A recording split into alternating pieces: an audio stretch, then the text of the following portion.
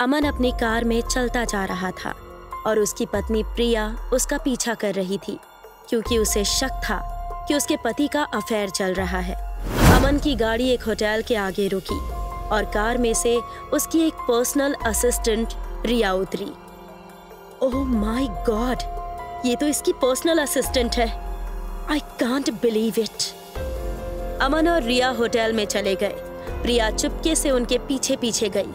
उसने देखा कि वो लोग एक कमरे में जा रहे हैं।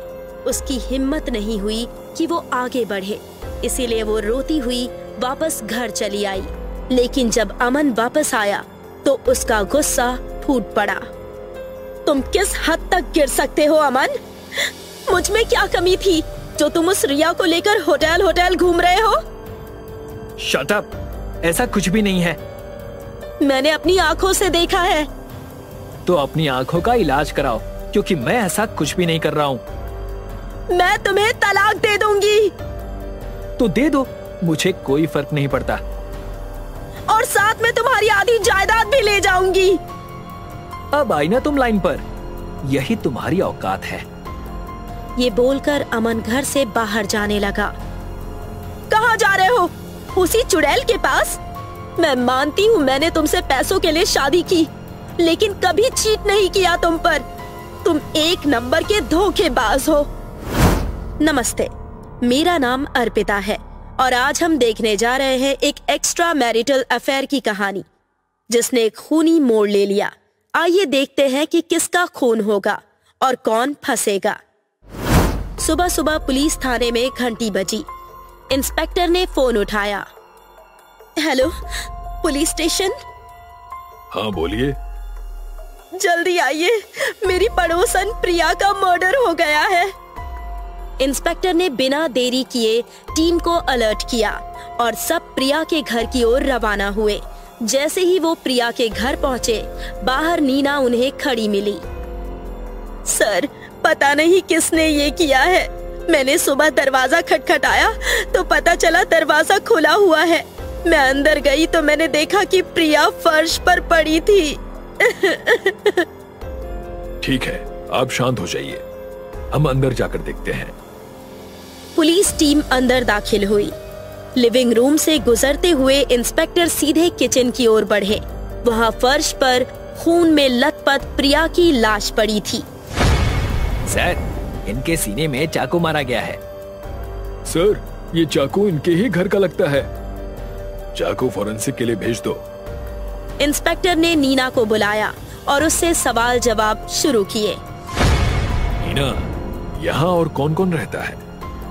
सर, प्रिया का पति अमन, लेकिन वो रात से घर पर नहीं है। क्या आप उसे फोन कर सकती हैं? जी, मैंने कर दिया है, वो आता ही होगा। तभी अमन आ गया। प्रिया की लाश देखकर वो हैरान रह गया। कल रात आप कहाँ थे? मैं ऑफिस में था, देर रात तक काम कर रहा था। ऑफिस में कोई गवाह है? हाँ, वो ऑफिस का गार्ड। ठीक है, उससे भी पूछताछ करेंगे। ये बताइए कि क्या आपकी अपनी पत्नी से किसी तरह की अनबन थी? नहीं, ऐसी तो कोई बात नहीं थी। सोच समझ कर जवाब दीजिएगा। पड़ोसियों का कहना है कि आपके और प्रिया के बीच अक्सर झगड़े होते थे। हाँ, कभी कभी बहस हो जाती थी, लेकिन ऐसा कोई बड़ा मुद्दा नहीं था। इंस्पेक्टर ने नीना से कुछ सवाल पूछे। क्या आपको कुछ पता है? सर, प्रिया सिर्फ मेरी पड़ोसी नहीं, दोस्त भी थी। उसने ही बताया था कि अमन का उसकी सेक्रेटरी रिया के साथ कुछ चल रहा है। ओह, ऐसी बात है, इसीलिए रातें ऑफिस में गुजर रही हैं। अब समझ आया। हाँ, लेकिन इससे ये साबित होता है ना कि मैं यहाँ नहीं था, यानी खून मैंने नहीं किया है। वो तो हम पता लगा लेंगे। सर, ये बटन प्रिया की डेड बॉडी के पास मिला था, खून से सना हुआ है। ये तो किसी आदमी की शर्ट का बटन लगता है। अमन, अपनी अलमारी दिखाओ। सर, ये मैंने कहा ना कि अपनी अलमारी दिखाओ। जी, मैं दिखाता हूँ। अमन ने अपनी अलमारी खोली और इंस्पेक्टर ने उसके कपड़े देखने शुरू किए। तभी एक सफेद शर्ट निकली जिसका बटन टूटा हुआ था। ये बटन इसी का है।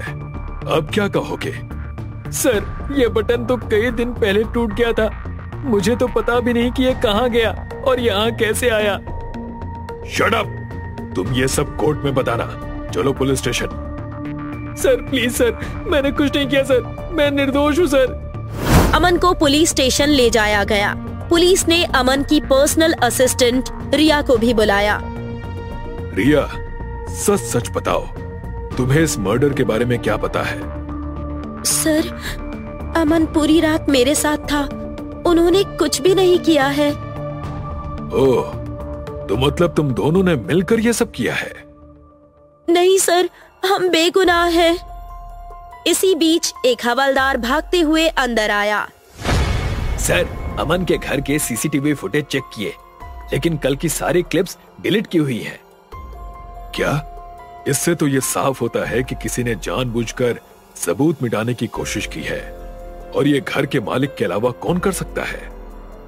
अरे मैंने कुछ नहीं किया है। अच्छा, तो ये बताओ कि तुम्हें किसी पर शक है?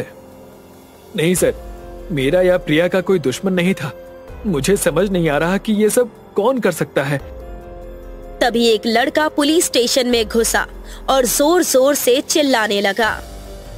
आपने मेरी गर्लफ्रेंड को क्यों पकड़ा है? उसे छोड़िए, वो बेगुनाह है। वो तो एक चींटी भी नहीं मार सकती। सभी चौंक कर उसकी ओर देखने लगे। तभी रिया चिल्लाई, तुम यहाँ क्या कर रहे हो? चले जाओ, मेरा तुमसे कोई वास्ता नहीं है। ये कौन है? सर, ये मेरा ऑब्सेस्ड एक्स बॉयफ्रेंड है। ये हमेशा मेरा पीछा करता है। इसे यहाँ से बाहर निकालो। लेकिन इंस्पेक्टर को शक हो गया। इसके बारे में सब कुछ पता करो। और हाँ, प्रिया की दोस्त नीना पर भी नजर रखो। उसके बारे में भी और जानकारी चाहिए। ठीक है सर, हम पता करते हैं। कुछ घंटों बाद हवलदार ने आकर इंस्पेक्टर को जानकारी दी। सर, उस लड़के का नाम यश है। वो एक छोटी सी नौकरी करता है और काफी समय से रिया को परेशान कर रहा है। इस पर नजर रखो। हो सकता है कि इसका इस केस से सीधा संबंध हो। और प्रिया की दोस्त नीना का भी बैकग्राउंड चेक करो। शायद कुछ और सुराग मिल जाए। पुलिस अब हर एक पहलू को ध्यान से देख रही थी। इंस्पेक्टर को यकीन था कि ये केस जितना दिख रहा था उससे कहीं ज्यादा उलझा हुआ था। अमन, रिया, यश और नीना सभी शक के घेरे में थे, लेकिन खूनी इन्हीं में से कोई है या कोई और, ये अभी पता लगाना बाकी था। तभी पुलिस स्टेशन में एक अनजान टिप आई। एक पेन ड्राइव पुलिस को सौंपा गया जिसमें प्रिया की हत्या का वीडियो था। इंस्पेक्टर ने पेन ड्राइव लगाई और वीडियो देखा। वीडियो में कातिल का पॉइंट ऑफ व्यू दिख रहा था। मुझे जाने दो, मेरे पति को पता चला तो। उसे कुछ पता नहीं चलेगा, बल्कि वो खुद जेल जाएगा। इंस्पेक्टर ने ये देखकर रिया और अमन को छोड़ दिया, लेकिन रिया बोली, सर, क्या आप हमें वो वीडियो दिखा सकते हैं? ओके। इंस्पेक्टर ने वो वीडियो चलाया। जैसे ही रिया ने देखा, वो चीख पड़ी, ये तो यश है। उसके हाथ देखिए, ये सारे कट्स, ये वही करता है। यश को पकड़ो, उसे अभी यहाँ लेकर आओ। कुछ ही देर में यश को पकड़कर पुलिस स्टेशन लाया गया। तुमने खुद को फंसा लिया है। अब बोलो, रिया को क्यों मारा? मैं रिया से प्यार करता था, लेकिन रिया अमन के साथ थी। इसीलिए मैंने सोचा कि अगर अमन जेल चला जाए तो रिया मेरी हो जाएगी। तो अमन को रास्ते से हटाने के लिए प्रिया को मार दिया? हाँ, इसीलिए एक दिन रास्ते में मैंने उसके शर्ट का बटन तोड़ लिया था ताकि उसके खिलाफ सबूत बना सकूं। लेकिन आप लोगों ने रिया को भी पकड़ लिया, इसलिए मैंने वो वीडियो भेजा। तुम सच में पागल हो। तुम्हारे पागलपन ने ही तुम्हें पकड़वाया है। अब जेल में सड़ो और वहीं अपने सपने देखना। प्यार में अंधे यश ने जो खेल रचा था, उसने उसी को सलाखों के पीछे पहुंचा दिया। लेकिन इस हत्या का एक मुख्य कारण अमन का एक्स्ट्रा मैरिटल अफेयर भी था। किसकी गलती ज्यादा बड़ी है, ये तो भगवान ही जानता है, लेकिन सजा प्रिया को मिली।